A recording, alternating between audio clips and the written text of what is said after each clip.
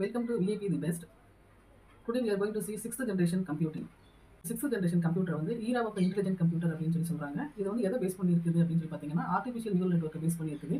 அதே மாதிரி இந்த சிக்ஸ்த் ஜென்ரேஷன் கம் முக்கியமான சேஞ்சஸ் என்ன இருக்குது அப்படின்னா எக்ஸ்ப்ளோசிவ் growth இன் ஒய்ட் ஏரியா நெட்வொர்க்கிங் இருக்குது அப்படின்னு சொல்கிறாங்க.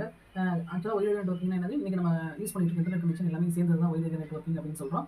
நம்ம முன்ன இன்டர்நெட் யூஸ் பண்ணதுக்கும் இப்போ இன்டர்நெட் யூஸ் பண்ணதுக்கும் we can identify the difference. how efficiently we are receiving the information now அப்படிங்கிறது அதை பற்றி தான் அந்த சிக்ஸ்த் ஜென்ரேஷன் வந்து ஒரு பெஸ்ட் growth இருக்குது அப்படிங்கிறது இந்த பாயிண்ட்ல சொல்லியிருக்காங்க.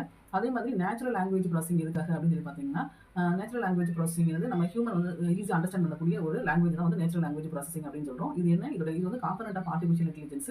நமக்கு தெரியும் ஒரு ஏஐ எடுத்துக்கிட்டோம்னா அது நிறைய லாங்குவேஜ் அதுக்கு தெரிஞ்சிருக்கும். அப்போ ஒவ்வொரு லாங்குவேஜோடைய அந்த நேச்சுரல் லாங்குவேஜ் ப்ராசஸிங் சிஸ்டம் வந்து நம்ம ஏஐக்கு ஃபீட் பண்ணியிருப்பாங்க.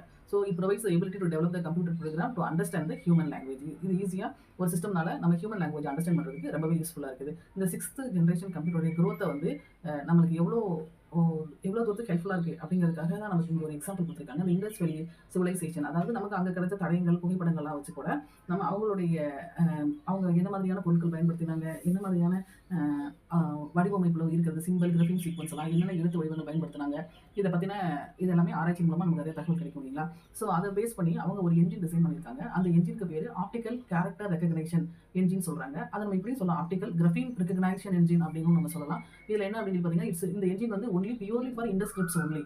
ஸோ இது வந்து இந்த இண்டஸ்கிரிப்ட்ஸ் வந்து பேஸ்ட் ஆன் என்ன கான்செப்டை பேஸ் பண்ணி பண்ணியிருக்காங்கன்னா டீப் லேர்னிங் நியூரல் நெட்வொர்க்ஸை பேஸ் பண்ணி பண்ணியிருக்காங்க. இதுவுமே வந்து sub field of artificial intelligence தான்.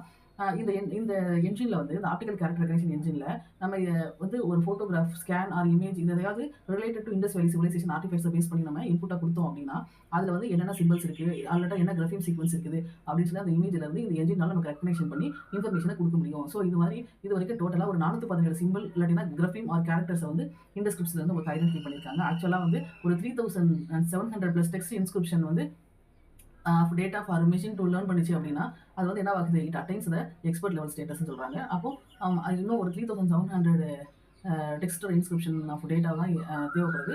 அது லேர்ன் பண்ணாலே வந்து இந்த என்ஜின் வந்து என்ன ஆகும், it attains it's expert level status. Thank you.